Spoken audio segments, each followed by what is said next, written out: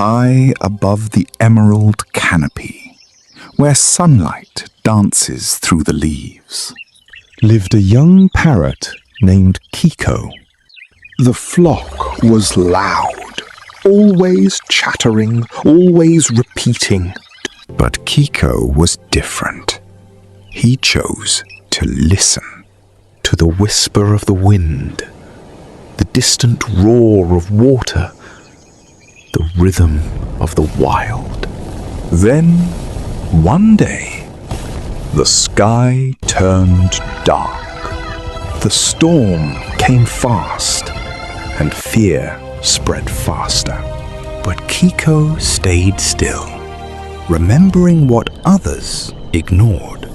And for the first time, he spoke, a clear, steady call, guiding them through the chaos, tree by tree, to safety. He wasn't the loudest voice in the sky, but he was the one who truly listened.